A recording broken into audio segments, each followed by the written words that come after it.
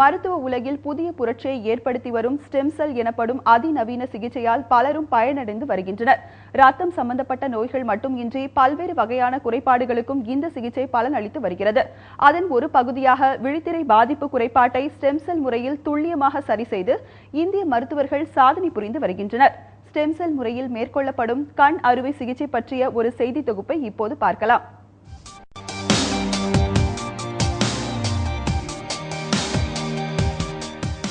மனித சமுதாயத்தை நோய்களின் பாதிப்பிலிருந்து காத்து புதிய வாழ்வை அளிக்கும் மருத்துவ உலகின் புரட்சியாக வளர்ந்து வருவது ஸ்டெம் செல் சிகிச்சை முறை என்பது.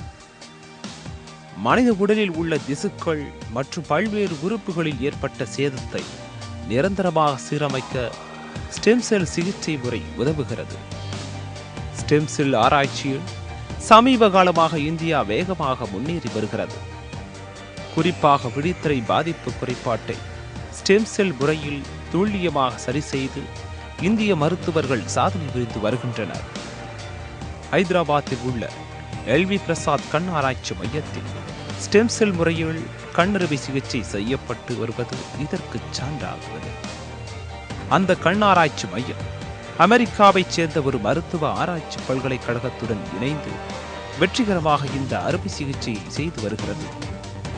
கண்ணறுவை சிகிச்சை மருத்துவரும் ஆராய்ச்சியாளருமான சயன் வாசு விழித்திரை பாதிப்பு குறைபாடு உள்ள 10 பேருக்கு ஸ்டெம் செல் முறையில் அறுவை சிகிச்சை செய்து பார்வை கிடைக்கச் செய்திருக்கிறார். கண்ணில் ஏற்படும் குறைபாடுகள் ரெட்டினல் ஸ்டெம் செல்களை கொண்டு குணப்படுத்தப்படுகிறது. சாதாரணமாக கண்ணறுவை சிகிச்சை செய்யும் போது 25 தையல்கள் போடப்படும் நிலையில் ஸ்டெம் செல் முறையில் அதுபோன்ற தையல்களோ வலியோ இல்லாமல் மிக குறைந்த செலவில் பார்வையை திரும்ப பெற முடியும் என்பது இதன் சிறப்பம்சம்.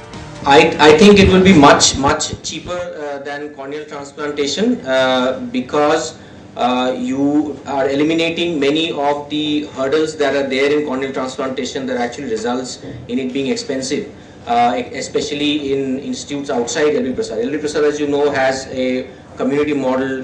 There's a lot of cross subsidization, so poor patients get treatment here for free. But outside, if you go to a corporate hospital for a corneal transplantation, or for example, if you went to the United States for corneal transplantation, it will cost you a lot of money. Stem cell முறையில் நீண்ட ஆயுளுடனும் ஆரோக்கியத்துடனும் வாழும் புதுமையை வருங்கால சமுதாயம் சந்திக்கும் என்பதில் மாற்று கருத்து இல்லை.